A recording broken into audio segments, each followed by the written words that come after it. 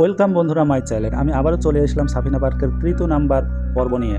আপনারা এই পর্বে দেখছেন আমি এখানে একটা ঝর্ণা দেখছি, যে ঝর্ণাতে এর আগে এসে আমি একটি কচ্ছপের ছানা ও কিছু লাল টাইপের মাছ দেখেছিলাম, কিন্তু এখন সেগুলো নাই। এখনও বর্তমানে এখানে স্বচ্ছ পানি, আর সেই মাছগুলোও নাই। এখান থেকে চলে যাচ্ছে আমরা বাচ্চাদের খেলার জায়গায়, যেখানে বাচ্চারা টাকা দিয়ে খেলতে পারবে এবং সম্ভবত এর টিকিট মূল্য 50 টাকা এবং ছোট 3 বছরের নিচে যাদের বয়স তাদের 30 টাকা টিকিট লাগবে। এই একই টিকিটে আরেক জায়গায় আরেকটি খেলা আছে, যেটা হচ্ছে আপনি ঘোড়ার উপর উঠতে পারবেন এবং ঘোড়াতে চড়ে থাকতে পারবেন। ছোট বাচ্চাদেরকে ধরার জন্য তার আব্বু এবং আম্মু সেটাতে চড়তে পারবে এবং সাথে থাকতে পারবে। আপনারা এই রাইডগুলোতে উঠবেন এবং খুব আনন্দ পাবেন এবং বাচ্চারাও অনেক আনন্দ পাবে। এখান থেকে আমি আরেকটি রাইডে চলে যাচ্ছি, যেটাতে আপনাদের বাচ্চারা সেফ। এই রাইডে উঠলে আপনাদের বাচ্চারা সেফ থাকবে। তাদেরকে তুলে দেওয়ার পরে সেই দরজাটা ঘিরে দেওয়া হবে এবং বাচ্চারা পড়বে না এবং বাচ্চারা ভিতরে অনেক আনন্দ পাবে। ভিতরটাও অনেক সুন্দর এবং পরিবেশ ভালো এবং আপনাদেরও ভালো লাগবে। বাচ্চারা এখানে অনেক আনন্দ পাবে। এখান থেকে আমি আরেক জায়গায় চলে যাচ্ছি।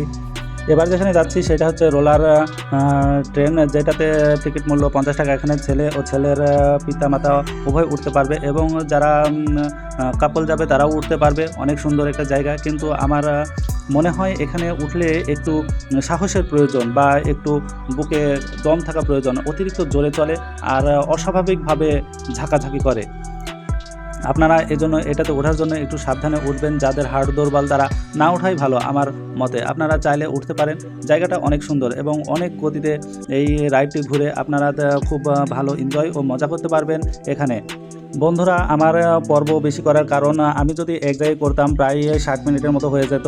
অনেকে এই 60 মিনিট দেখার জন্য প্রস্তুত থাকতেন না, কারণ আপনাদের কাছে আমি ছোট ছোট আকারে পর্ব করেছি, যেন আপনারা ছোটোভাবে দেখতে পারেন। আমার আগের পর্ব যদি না দেখে থাকেন প্লিজ বন্ধুরা আপনারা দেখে আসবেন।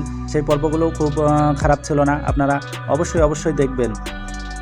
এবার আমি নিয়ে এসেছি আপনাদের আরেকটি রাইডে, যেখানে সকল বয়সের লোকেরাই উঠতে পারবে অনায়াসে এবং ঘোরাফেরা করতে পারবে এবং এই পরিবেশটাও অনেক সুন্দর, অনেক ভালো। এখানে আরামে বসে থাকতে পারবে ও সুন্দরভাবে ঘোরাফেরা করতে পারবে, অনেক মজা পাবে, বাচ্চারাও মজা পাবে। আপনারা এই রাইডে উঠতে পারেন।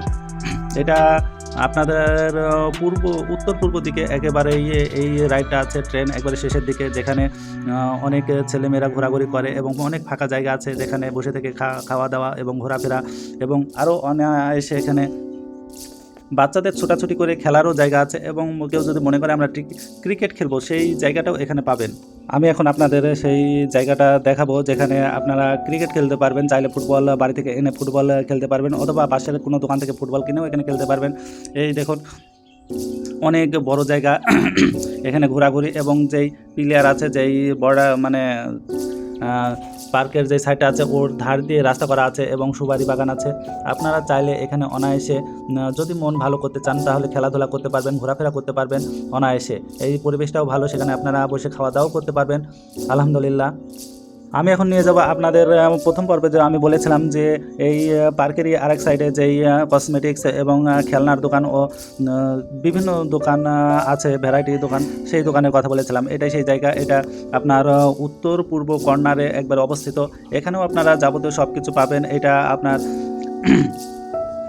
পার্কে ঢোকার ঠিক ডান সাইড দিয়ে চলে আসলে এই জায়গাটি পাবেন এবং এখানে অনেক দোকান আছে। দেখুন এখানে আমাদের সেই রাজশাহীর আম চত্বরের মতো, যা ডালিতে একটি 3টি আমও তৈরি করে দেওয়া আছে, যা দেখতে অনেকটা হুবহু সেই রাজশাহী আম চত্বরের মতো দেখতে এবং অনেক সুন্দর। আমি এখন আপনাদের নিয়ে যাব একটি ঝর্ণার কাছে, যেখানে আপনারা অনেক আনন্দ করতে পারবেন, সেলফি তুলতে পারবেন। আর বন্ধুরা, আমার মনে হয় আপনারা এই সাবিনা পার্কে ঘুরতে এসে কেউ বিরক্ত হবেন না। এখানে বিভিন্ন ধরনের জিনিস আছে। আমার পর্ব শেষ হয়নি, আমি আরও পর্ব করব, কারণ আমার পার্কটা দেখানো এখন শেষ হয়নি। এটাই সেই ঝর্ণাদের কথা আমি বললাম। এই ঝর্ণার কাছে আসলে আপনারা সেলফি তুলতে পারবেন এবং মন ফ্রেশ হবে। আমি আরেকটি জিনিস দেখাবো, যেখানে আপনারা খাওয়া দাওয়া করতে পারবেন এবং যারা আবাসিকে থাকতে চান তারাও থাকতে পারবেন। এইটাই সেই পার্কের মধ্যে সবচাইতে বড় রেস্টুরেন্ট। আপনারা এখানে খাওয়া দাওয়া সারতে পারবেন এবং খাওয়া দাওয়া করতে পারবেন এবং উপরতলা আবাসিক হোটেল রাত যাপন করতে পারবেন এবং আরামায়েশের জন্য কোনো কামরা নিতে পারবেন। আপনারা অনেক আরামে থাকতে পারবেন। আর যতটা খাবারের জায়গা আছে সবচাইতে এই জায়গাটাই বড় এবং সাইডে আরও জায়গা আছে। বন্ধুরা, আজকের মতো আমি এই পর্ব এখানেই শেষ করলাম। আগামী পর্বের জন্য আপনারা অপেক্ষা করবেন। আল্লাহ হাফিজ বন্ধুরা।